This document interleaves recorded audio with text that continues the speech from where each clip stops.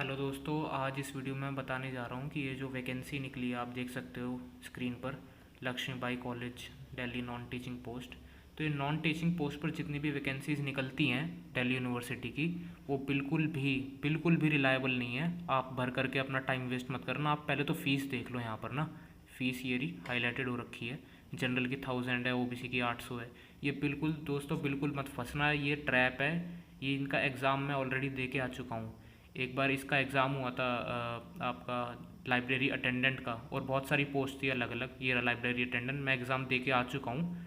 तो इनका क्या है दोस्तों कि इनका जो एग्ज़ाम कराने का तरीका है वो बिल्कुल भी फेयर नहीं है। आपको ये पेन पेपर टेस्ट होगा, आपको ये क्वेश्चन पेपर दे देंगे। क्वेश्चन पेपर इतना फटीचर क्वेश्चन पेपर की लॉजिकल रीजनिंग के उसमें आपने जीके बांट रखी है, जीके में आप लॉजिकल रीजनिंग बांट रहे हो। और क्या कहते हैं, लैब अटेंडेंट जो ये लाइब्रेरी अटेंडेंट का मेरा था, इसमें सब्जेक्ट स्पेसिफिक भी क्वेश्चंस आने थे। वो उसमें क्वेश्चंस में आप ऑप्शंस कुछ और बांट रहे हो। तो दोस्तों बिल्कुल भी रिलायबल नहीं है। पहली बात तो ये कि ये बिल्कुल भी मेन स्ट्रीम से हटके है। जो एग्ज़ाम है ना, जो एग्ज़ाम ही कंडक्ट कराते हैं, क्वेश्चंस इसके सारे जो भी पैटर्न होता है, मेन स्ट्रीम से बिल्कुल हटके है।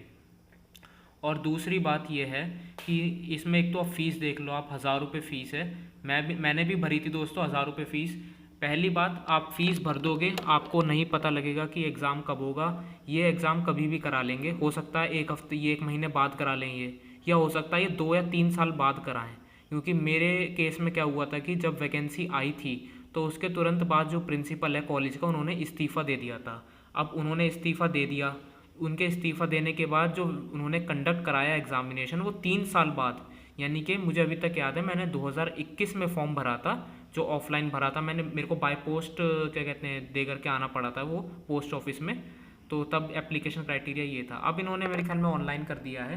तो दोस्तों बिल्कुल मत भरना, सब ये टाइम वेस्ट है। आप सोचोगे कि भाई एप्लीकेंट नहीं होंगे और मेरे पास कोई फ़लाना सर्टिफिकेट या डिग्री है तो मैं भर दूं, तो ऐसा कुछ भी नहीं है। एप्लीकेंट बहुत हैं। मेरे टाइम पे 5 पोस्ट के लिए, तब लाइब्रेरी अटेंडेंट की 5 पोस्ट निकली थी।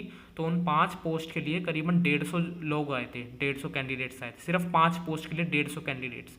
आप सोच सकते हो कि कंपटीशन कितना है। पहली बात, कंपटीशन भी नहीं है दोस्तों। अगर आपने पढ़ाई कर रखी है तो कंपटीशन कोई मैटर नहीं करता। मैटर ये करता है कि इनका जो एग्ज़ाम कंडक्ट कराने का जो वो है ना तरीका, वो बिल्कुल भी फेयर नहीं है। आप इनका देखना, आप भर करके अपना टाइम वेस्ट और पैसे वेस्ट मत करो, क्योंकि फ़ायदा नहीं है। मैंने कुछ पॉइंट्स आपको बता दिए क्यों नहीं है। पहली बात कि इनका जो एग्ज़ाम कंडक्ट कराने का तरीका क्या होगा, जब देने गया था तब जो क्वेश्चन पेपर का था वो मैंने आपको बता दिया कि लॉजिकल रीजनिंग में क्या क्या बांट रखा है इन्होंने। सब्जेक्ट स्पेसिफिक के ऑप्शंस ढंग के नहीं कर रखे, स्पेलिंग मिस्टेक इतनी हो रखी हैं। हर बार मेरे को उठ करके पूछना पड़ता था कि इसका मतलब क्या है, ये क्या है, ये क्या दे रखा है इन्विजिलेटर से। इन्विजिलेटर खुद बेचारी पागल हो गई थी कि कैसा एग्ज़ाम पेपर बनाया है। तो पहली बात तो ये दोस्तों। अब दूसरी बात आ जाती है। दूसरी बात, जो ये रिज़ल्ट रिलीज़ करते हैं उसकी कोई डेट फिक्स नहीं होती। जैसे एग्ज़ाम डेट कराने की कोई फिक्स नहीं है, ऐसे एग्ज़ाम के रिज़ल्ट की कोई फिक्स डेट नहीं होती। 2 महीने बाद, 3 महीने बाद, 1 साल बाद। तो मेरा जो रिज़ल्ट आया था वो 1 साल बाद आया था। आप खुद सोच के देखो, 3 साल बाद एग्ज़ाम कंडक्ट हो रहा है नोटिफिकेशन के बाद, और एग्ज़ाम कंडक्ट की डेट के बाद 1 साल बाद रिज़ल्ट आ रहा है। और रिज़ल्ट में आप सुन के अब चौंकिएगा, मेन सरप्राइज़ तो रिज़ल्ट में ही है। रिज़ल्ट जब मैंने पीडीएफ खोल के देखी तो उसमें सिर्फ और सिर्फ सेलेक्टेड कैंडिडेट का नाम, रोल नंबर और उसका फादर्स नेम, दैट्स इट। मतलब और जितनों ने भी एग्ज़ाम दिया है वो बेवकूफ़ हैं। वो उनके टाइम की और मेहनत की कोई वैल्यू नहीं है कि आपने उनका स्कोर भी बताना ज़रूरी नहीं समझा। स्कोर बताना तो ज़रूरी नहीं समझा दोस्तों, और तो और कट ऑफ भी इन्होंने नहीं बताई। सिर्फ और सिर्फ सेलेक्टेड कैंडिडेट का नाम, roll number and father's name, और नीचे जो प्रिंसिपल हैं कॉलेज की उनके सिग्नेचर्स। तो 2 चीज़ यहाँ पर मैटर करती हैं। एक तो बाकी के स्टूडेंट्स क्या बेवकूफ़ हैं जो फीस भर रहे हैं, प्रिंसिपल को पैसे दे रहे हैं ये नौकरी के लिए कि हमारा कुछ होगा, तो उनका स्कोर भी नहीं बताया जा रहा। चलो ठीक है, नहीं हुआ सिलेक्शन, कोई बात नहीं। इंसान 5 नंबर से 10 नंबर से रह जाता है, कम से कम स्कोर्स तो वेरीफाई करता है, चेक करता है।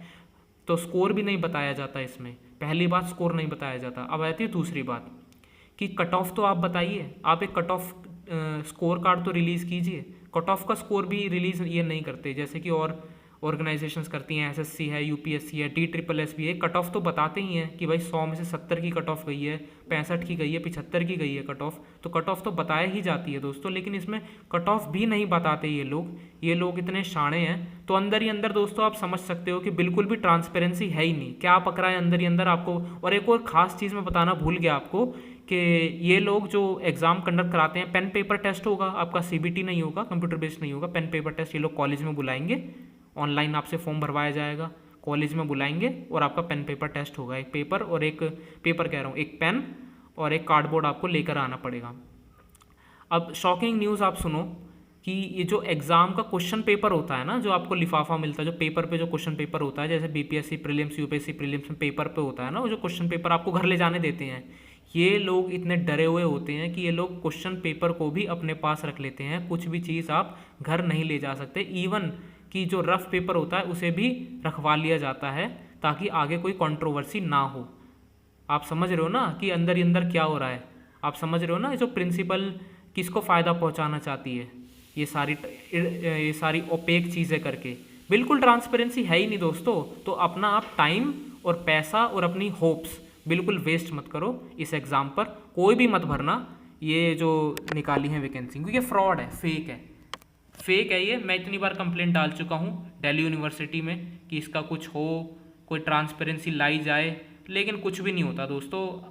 बस ये है, आप अपनी होप्स और टाइम वेस्ट दोनों मत करना दोस्तों।